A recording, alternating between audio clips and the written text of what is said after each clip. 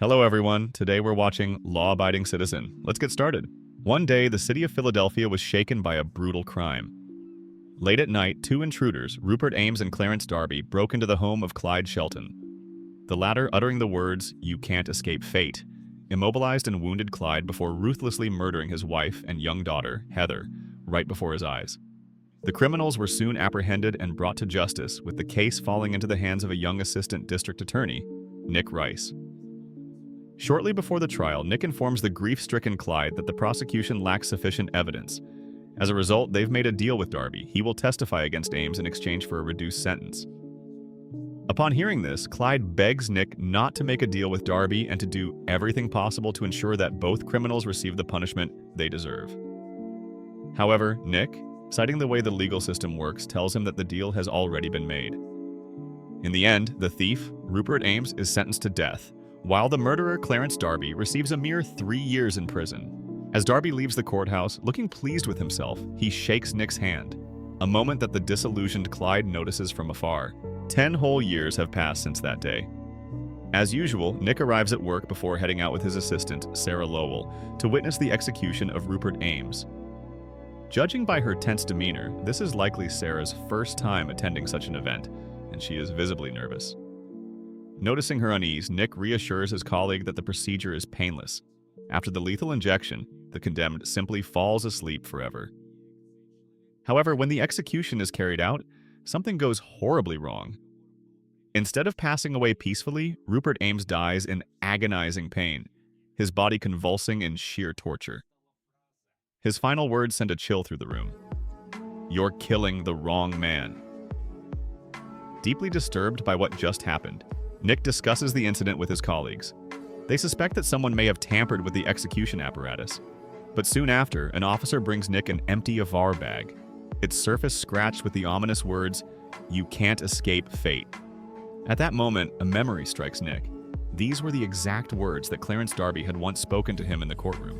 The man immediately sets out with his colleagues in pursuit of the criminal. Meanwhile, as Darby is enjoying himself in his apartment, he receives a call from an anonymous person who warns him about the approaching cops. This newfound guardian angel instructs the criminal to escape via the rooftop and informs him that a police car with an unconscious driver is parked nearby. Without hesitation, Darby climbs into the car, seizes the officer's gun, and orders him to drive away quickly. Soon, they arrive at an abandoned lot where the driver steps out of the car and, to Darby's shock, removes a wig and glasses, revealing himself to be none other than Clyde Shelton. Recognizing him, Darby attempts to shoot, but suddenly needles spring out from the gun's grip, piercing his hand. With a triumphant smirk, Clyde informs the criminal that he has just been paralyzed by a special toxin, tetrodotoxin, which does not affect the nervous system but leaves the victim fully capable of feeling pain. Late in the evening, Clyde brings the paralyzed and terrified Darby to an abandoned warehouse where he slowly applies tourniquets to prevent him from dying too soon from blood loss. An injection of adrenaline ensures that the killer won't pass out, while the mirror placed in front of him, featuring a photograph of the Shelton family, forces Clarence Darby to witness everything. Clyde clearly enjoys his revenge, recording the entire process of dismemberment on camera. The next day, the police discover Darby's mutilated body, and Nick quickly realizes that Clyde is the only one with a motive. That same day, Shelton is arrested. However, during his interrogation, the investigation runs into a serious problem.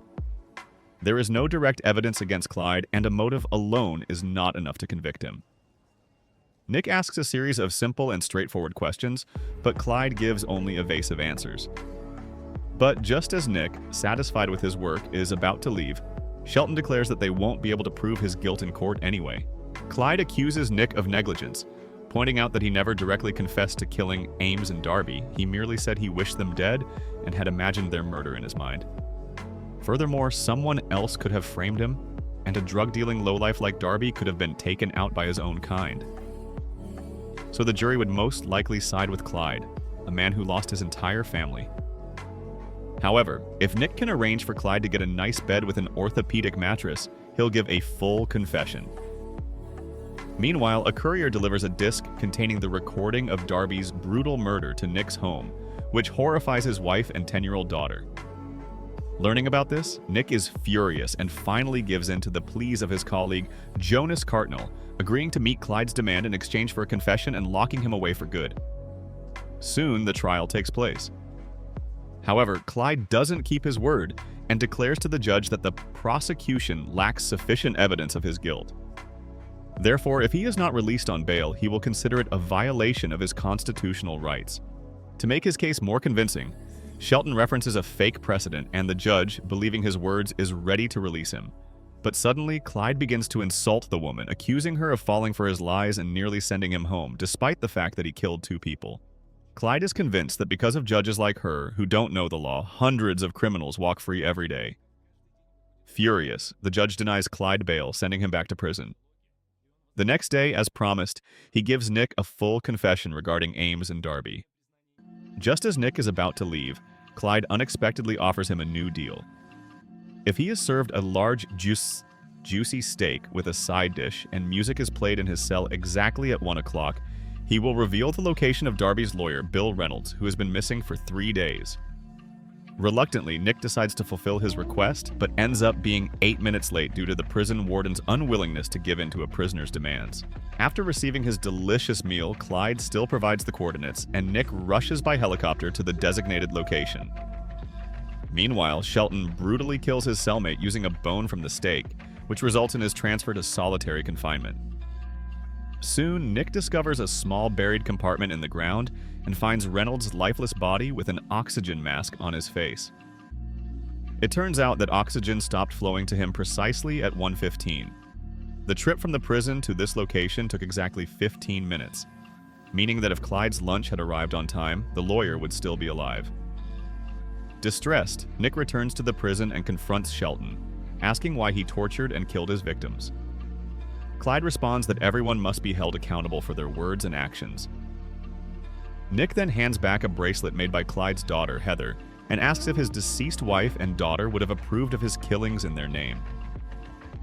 Clyde coldly replies that it no longer matters to them. Meanwhile, Nick's assistant, Sarah, uncovers some interesting information about Clyde. It turns out he has several paid invoices from the Department of Defense and owns 9 properties that were initially registered under his name but later transferred to a Panamanian corporation. District Attorney Jonas Cartnell decides to leverage his old connections and arranges a meeting with a government spy accompanied by Nick. The spy reveals that Clyde Shelton is a natural-born strategist, an expert in remote operations, and capable of eliminating anyone from a distance. The Department of Defense frequently relied on him for silent and traceless assassinations of undesirable targets. In other words, if Clyde wants someone gone, nothing can stop him.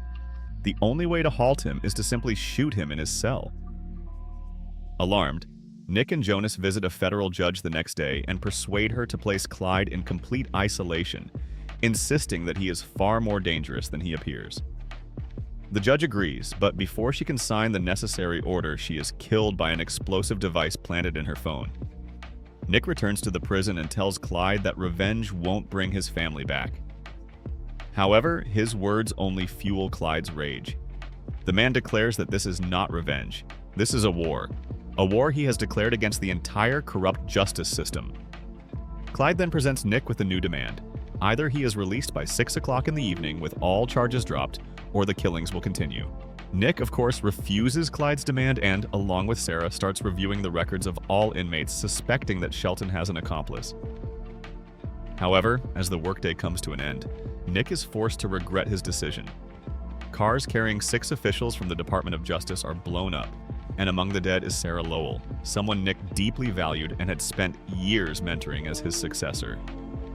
Later, police discover a radio transmitter near the prison wall, the very device that detonated the bombs hidden in the fuel tanks.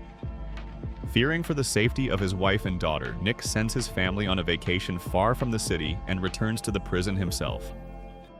There, he violently beats Clyde, demanding that he immediately stop killing innocent people. Clyde responds calmly. If Nick had fought back then, even if he had lost the case, even if Ames and Darby had walked free, it would have been enough for Clyde to know that Nick had done everything in his power to ensure justice was served, but Nick didn't.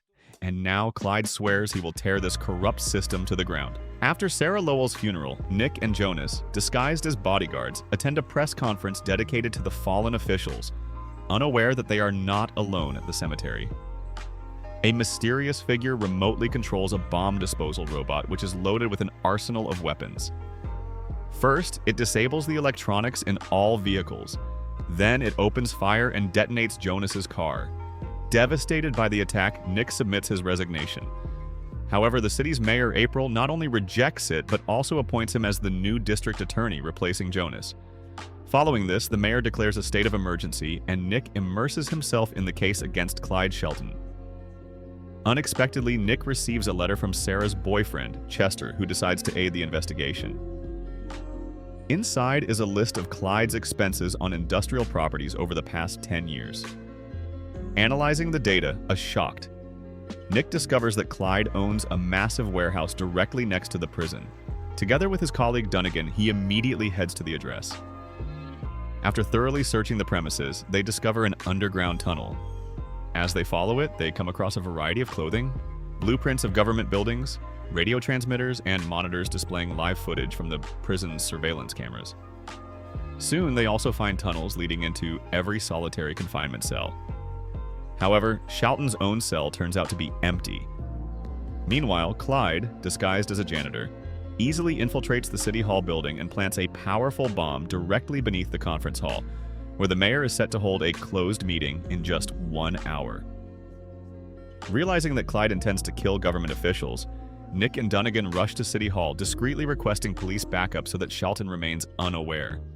On one of the floors, Nick spots a janitor's cart and hurries toward it with a bomb technician. Just as he suspected, a lone suitcase sits in the empty hall. Carefully peering inside, the technician finds a device powerful enough to obliterate the entire floor, along with a couple of floors above it. After some time, Clyde returns to his solitary cell and is shocked to find Nick waiting for him. The man acknowledges Shelton's intelligence and tries to reason with him, warning that detonating the bomb will only taint the memory of his daughter with a ruthless act of murder. Nick adds that he has learned his lesson and will never again make deals with a killer. And if Clyde goes through with the explosion, he will have to face the consequences of his own choice. But despite the prosecutor's words, Shelton still activates the bomb. Nick immediately warns Clyde that he has only 25 seconds left to live and quickly exits, locking the cell behind him. At the same time, Dunnigan seals the tunnel exit. Clyde, confused, suddenly discovers the bomb, hidden beneath his own cot. A powerful explosion follows, and Clyde Shelton is killed, clutching the bracelet his beloved daughter had given him on the day she died. In the final scene, Nick, for the first time in years, steps into a concert hall to listen to his daughter's performance, sitting beside his wife. And that concludes the story. Let me know in the comments what you think about this ending, and make sure to subscribe to the channel so you don't miss any new recaps.